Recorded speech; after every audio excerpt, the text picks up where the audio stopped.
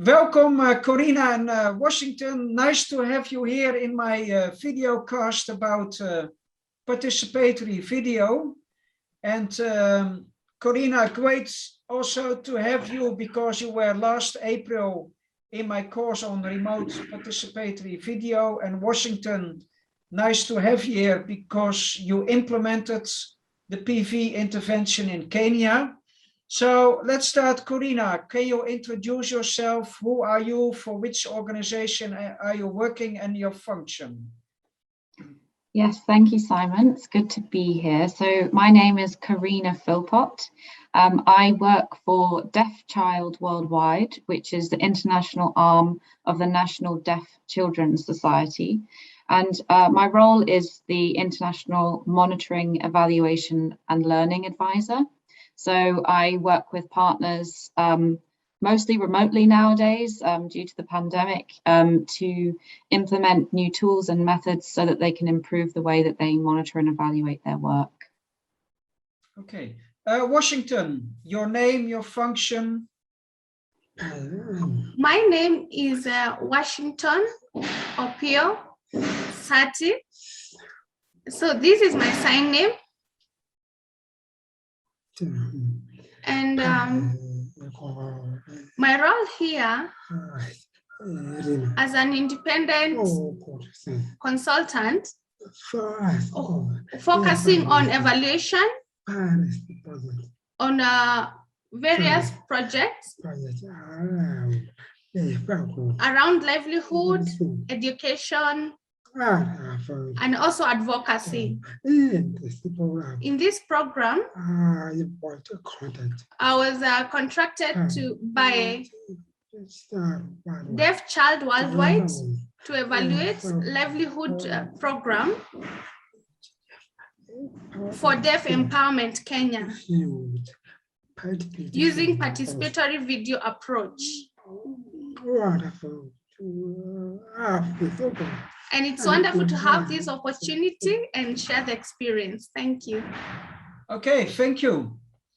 I will start with Corinna. Corinna, what motivated you in the beginning of this year to participate in the remote participatory video course? Well, the reason why I took part in the course is because for quite a long time at Deaf Child Worldwide, we had this idea and I guess an assumption that using the medium of video would be a more inclusive way of involving deaf children and young people in our evaluation work that we do. We had this idea that it would be more participatory, more maybe more deaf friendly because it is a visual method, and we know that deaf people find it easier to communicate visually. Sign language, if it's used, is obviously a very visual method of communication. So we had these kind of assumptions in our minds about the use of video, but we had never done it before and never tested it out. And so this course was a perfect opportunity to learn how to do that. And obviously, with the pandemic, our original ideas may have been that it would be maybe more face-to-face, that we would be able to learn about how to do participatory video, but the fact that this course was online meant that I was able to take part during what was a seemingly never-ending lockdown at the beginning of this year. So yes, so that's kind of the reason why I participated. But it was also a practical course, so we actually learned how to interview a colleague or a friend or a family member ourselves, and come together also as a group and actually sort of make sense of what was being said in those interviews and craft our own video in this very participatory way. And I think the actual practical experience of that gave me lots of insights on and ideas about how I could then design my own participatory video process for a deaf youth's livelihoods project in Kenya that we knew we wanted to do an evaluation for, and we wanted to see if we could try. Okay, thank you. So, Corinna, can you tell a little bit about the context, about the objective of the intervention?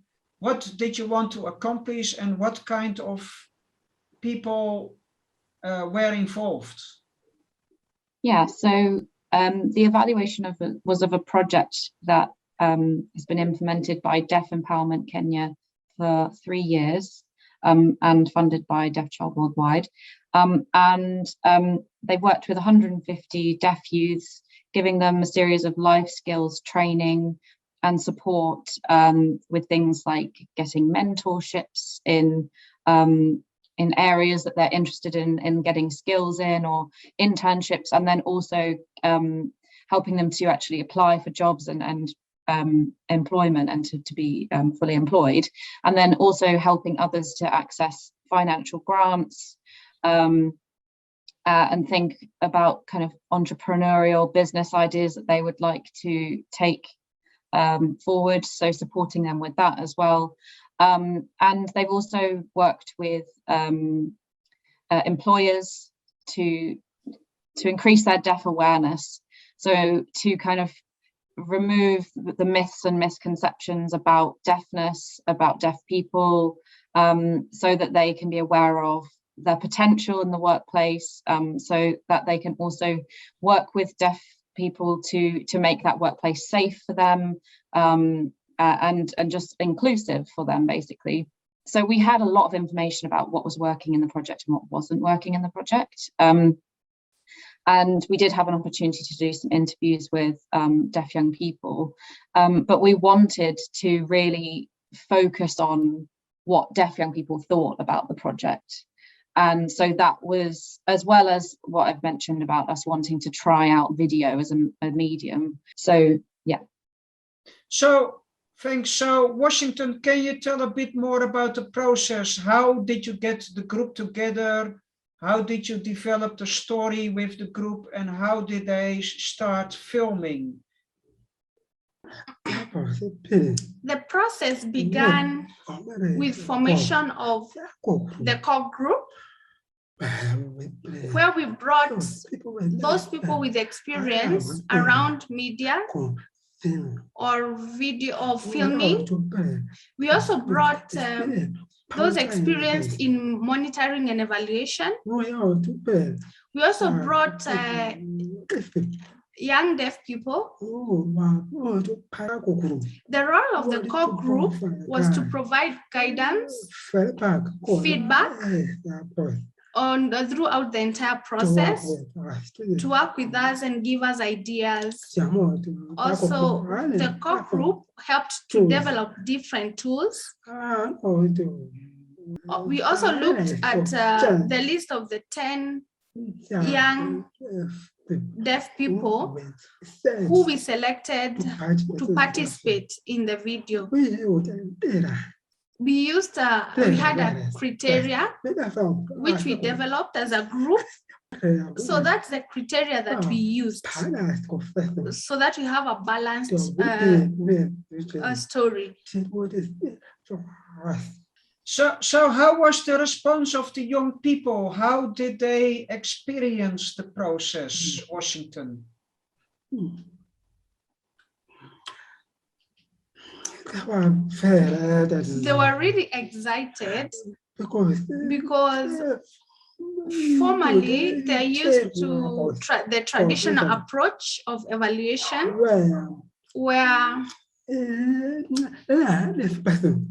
we can say a non-deaf person uses questions, and sometimes they don't really get to understand that question very clearly. But this was unique because myself, as a deaf person, and my co-consultant, who was also a deaf person, we were able to communicate in a very clear way, that is in Kenyan Sign Language. Then they would feel they will have some relief and were able to converse and express themselves. And they're also happy to have something they call PV as a way of doing monitoring and evaluation. But they were also amazed when they were involved in the editing process, because they never knew how editing happens. So they would watch with us and they were able to gain skills. This is how you cut off and this is how you put on some, they enjoyed the process. Okay. So Corinna, when you were watching the footage and the film, what was a story that was really touching you, striking? Oh, there's quite a few. I think the thing that really struck me, there was two young ladies who talk about their aspirations for the future. And this is something that we got a little bit of when we did the midterm review, this idea that it's not just about getting young people in work, full stop. It's about supporting young people to find employment, but then also, maybe dream bigger, think about what they want to do next. We all know that careers aren't static things. It's not just about earning income. It's about having a career or things that you enjoy and enjoying work, having meaningful work that you like. And there are two instances where there's a young woman who works in a salon, and she was talking about how it can be difficult working in a salon because you don't always get customers. So there are good days and bad days, and it's precarious, I suppose, that you're not always going to get paid.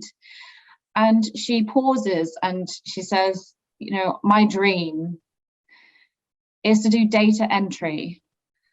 And I was just really struck by that because, in different contexts, people might not think that as being an aspiration, but I think that it was really important that she shared that because, there are different reasons why people want different work, and data entry must be something that is perhaps respected, is consistent. So there's always work, and maybe it's paid better or it's got better conditions. Like we didn't get a full understanding of why, but I just really liked how we got that perspective, because I think it's really important that we acknowledge that it's not just about getting this young person into any type of work, it's getting them into work that they like. And then contrasting to that, there's another young lady who talked about wanting to become an animator, and she'd had quite a few other jobs and had been in and out of work, and then she wants to be an animator to make animations for deaf young people so that they can enjoy accessing information and stories and things like that. And I just thought that was also, it was nice to have those two contrasting stories in there to give these different perspectives, but it's the same idea that they're just like any other person, and that you have your own dreams and aspirations, and they can be simple, they can be more, she might have to do training and things like that. But I just thought they were really great examples of what needs to come next, that young people need to keep being supported so that they can do what they want to do. Yeah. So what was the biggest impact according to the group?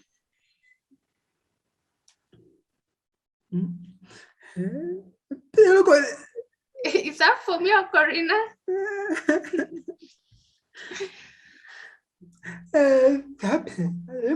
The biggest impact from the monitoring experience and monitoring and evaluation experience, according to the young people, was opportunity to get employment. They were able to change and adjust their lives. They told the story on how they were before the project. They could not afford transport.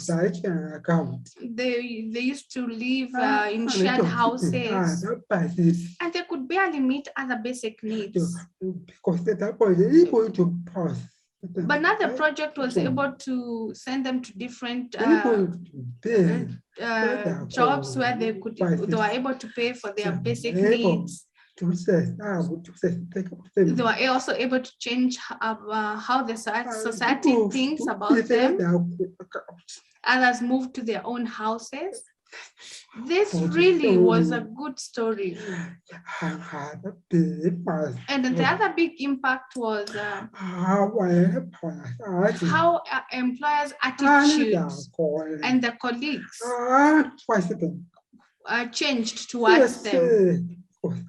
Because when I went to Coca-Cola Company, I recognized some of the people can sign, they can interact, they can communicate. This to me is a positive, it's something quite positive. And beyond that, I can say the project raised confidence and esteem of many young people. The young deaf people were able to communicate, to express themselves. Yeah, great story. So what did it mean for deaf child worldwide? What did you learn from this intervention if you compare it to traditional evaluations? Yes, it has been amazing, the response that we have had from the organization.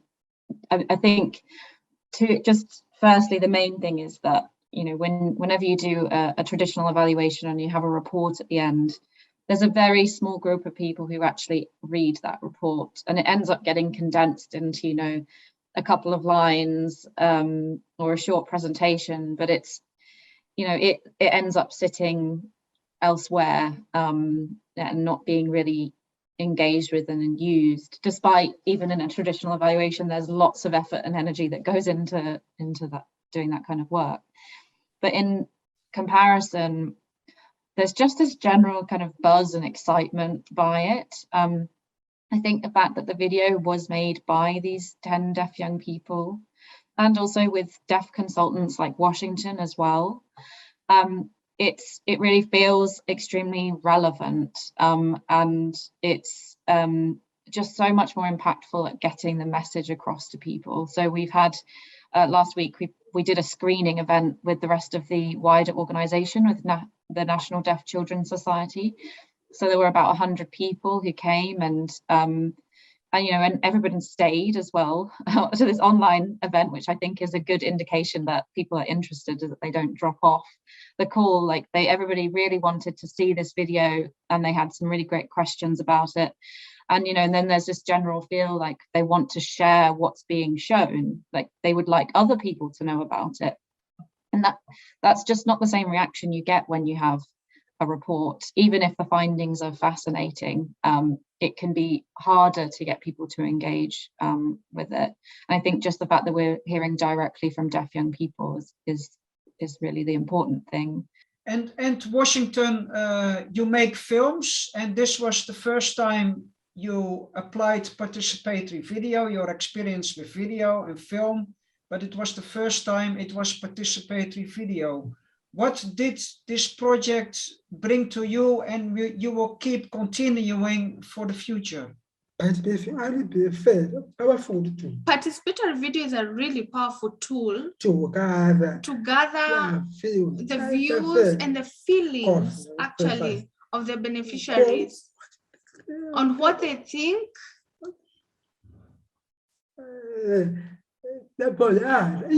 on the different impact the project had in their lives. So in the long term, I want to build my experience, my skills, my knowledge on PV, and monitoring and evaluation, on different issues, be it on different programs, for example, education programs, health programs, livelihood, advocacy, and all that. Yes, thank you. Okay, thank you. My last question, Corinna, for the people from organizations who work with deaf people or with other disabilities, but want to have a position in life, and they have never applied participatory video, what would you like to say to them?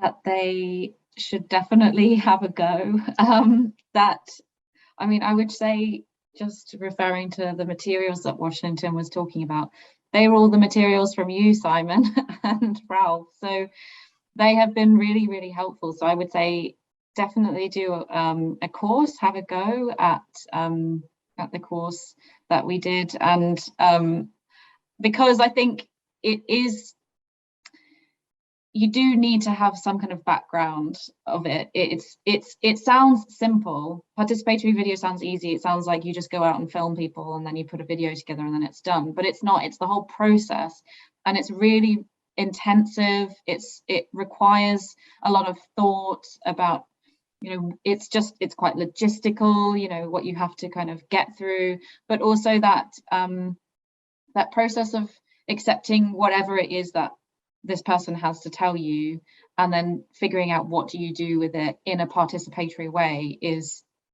actually quite challenging. So I would go out, do some training, read through some of these materials, speak to people like Washington as well who have done this kind of thing. That it feels like there is a bit more of a network developing, and I can see that people could find this a very interesting, enticing method to use. So I would say definitely do it, especially if you want to do it, the type of evaluation that puts people at the center of it, and allows them to express whatever it is that they need to express, rather than kind of taking this approach that you have your framework and this is the only thing that we care about and the only thing that we need to learn about. You know, having discussions with people with disabilities or not, that's the way you get to understand whether something is working for them or if something needs to change and what issues are most important to them. And so, yeah, I think go for it, basically. Okay, thank you very much. Thanks for sharing your story and see you next time. Okay, bye. Thank you. Bye. Bye.